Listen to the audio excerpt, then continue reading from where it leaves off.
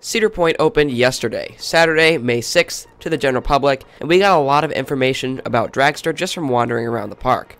As we walked past Dragster, 3 noticeable construction updates will be dissected in this video. In addition, we got construction info on the possible extended layout theory, and even more confusion on the possible manufacture of the ride. Here is all the news we learned about Dragster on opening day.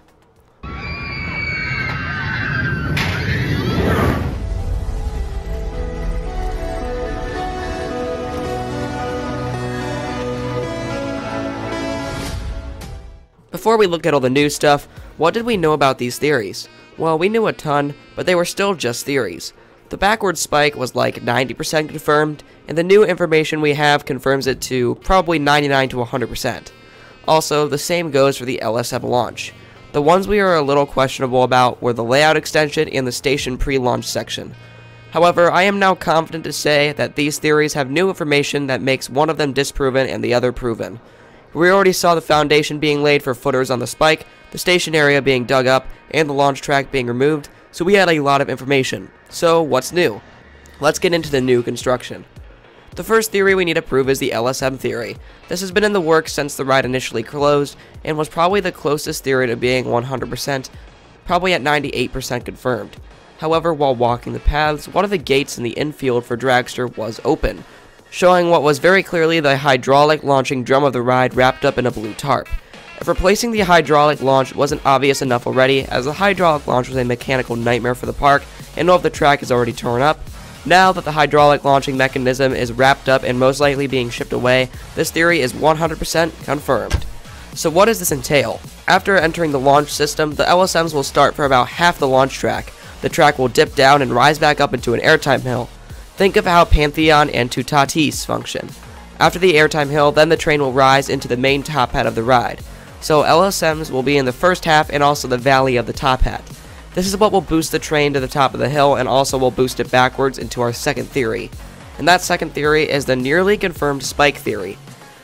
We've known that there was going to be a spike since Cedar Point started construction, and pictures were taken of huge cranes and Iron Dragon's track being removed in the area made it especially obvious.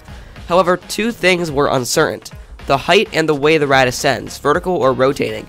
But with the information we got at opening day, we now know this spike will be absolutely massive. My guess is about 400 feet for the tallest spike in the world. How do we know this? Well, instead of just 1 footer for the spike, there are 3 separate footers in the massive Iron Dragon Lake. These 3 footers are absolutely massive and are 100% confirmed for the massive spike. This doesn't just confirm the spike, this also confirms the launch sequence. In order to reach a height like that, riders must first launch forwards, fall back, and then the switch track takes them up the additional 400-foot tall spike, instead of just launching backwards up a smaller spike. Additionally, could the spike have a rotation to pay homage to Wicked Twister? I definitely think so. Tony recently stated in an interview that this ride is special and will do something no other ride has done. While the spike could still very well be vertical, it would make more sense to be twisting with this triangle footer formation. Take a look at this concept by Escape Designs that uses the twisting spiral. Another piece of information we got from the construction site was the station. Looking through a small gap in the fence, you can see the entire station and exit platform foundation was dug up and there was a massive crater inside where the station would be. This confirms that the station is indeed moving, but we basically already knew this. What I think this confirms is that there will be a pre-launch section. It doesn't necessarily need to have another LSM for this pre-launch, but knowing Cedar Point, a smaller LSM before the swing launch would probably be in place. Here's my prediction for this whole section. Where the original exit platform was is where the new station would be. The pre-launch would take more of a terrain approach, being low to the ground and possibly utilizing the massive crater created by the old station to add a couple of small elements. However, this crater is probably just for construction. These elements wouldn't be anything major. I think a small outer bank turn into a little hang time filled barrel roll would lead up into the switch track, taking rides into the actual launch. This would also give enough space for the absolutely massive spike valley. Just think, if there wasn't a pre-launch and the station stayed in this logical location by Iron Dragon, there wouldn't be enough space for this valley, which would have to extend over this section of Iron Dragon. The station is most definitely not being moved to the infield, as that would mess up some of the brake runs. The brake run has been removed, but for a train moving at 120 miles per hour, maybe even more on this reimagined ride, shortening the brake run is extremely unlikely. Also, the brake run is very unlikely to be moved, so the station would have to stay in this area. For those wondering where the Q would be because it's next to the brake run, I bet the Q could take the original Blood on the Bayou path over by Iron Dragon. It could even go right underneath the spike, or maybe it will stay in the infield still and go underneath the airtime hill on the swing launch. The final theory that has more information from opening day is the layout extension. A common theory was that a layout extension could be possible.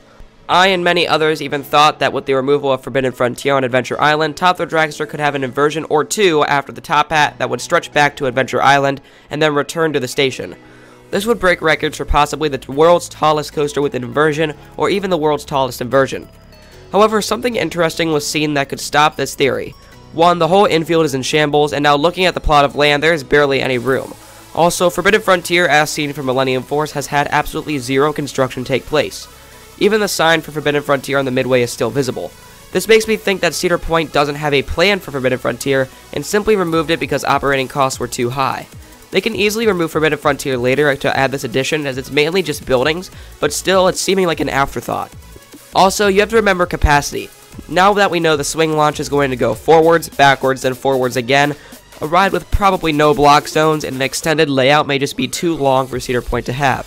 This ride could become the most popular ride in the park, so it would have even longer lines if this is the case. I'm sorry to say, but I doubt a layout extension will happen. This theory is rejected. So the only theory that is really unconfirmed right now is the manufacturer. We confirm the spike is happening and that will be 400 feet. We confirm that the launch is changing and will be a 3-pass launch. We also confirm the addition of a pre-launch and station relocation. Finally, we rejected the layout extension theory. The only thing we don't know is the manufacturer, and a lot of people actually stopped talking about this. Let's talk about Intamin first. Cedar Fair stopped working with Intamin in 2010 after Intimidator 305 was a flop. However, Cedar Fair officials were seen looking at Velocicoaster, Intamin's most well-known creation and arguably the best coaster in the world. I personally lean towards the Intamin side of this theory. Zamperla is just not cut out to make such a big roller coaster. Intamin is the master of these types of swing launch coasters, Zamperla is not. However, those who are with Zamperla have a good argument. We talked with some fellow enthusiasts on opening day in line for Wild Mouse, a new Zamperla coaster. Boardwalk was supposed to be a 150th celebration expansion, but the pandemic pushed it back. When Dragster closed, Cedar Point didn't know what to do, but with Zamperla working on the lightning trains, working on Wild Mouse, and even adding all of the new flat rides in Aeronautica Landing and Adventureport, 2 other Cedar Fair additions, Cedar Point could have very easily gotten a deal or went to them for Dragster.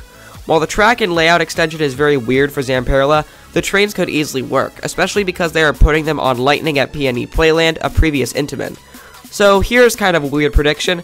Could Intamin make the track and layout and Zamperla use the trains? This would save Cedar Point costs on trains and could even be more reliable in some ways. While it is extremely unlikely, there is a very slight possibility. However, I still think Cedar Fair would like Intamin to be working on this ride instead of Zamperla. Zamperla is good for family rides and family coasters, but not so great for 400-foot tall strata coasters. Anyways, if you enjoyed this update and theory video, leave a like and subscribe. Comment what you think is going on with Top Thrill Dragster and have a great rest of your day.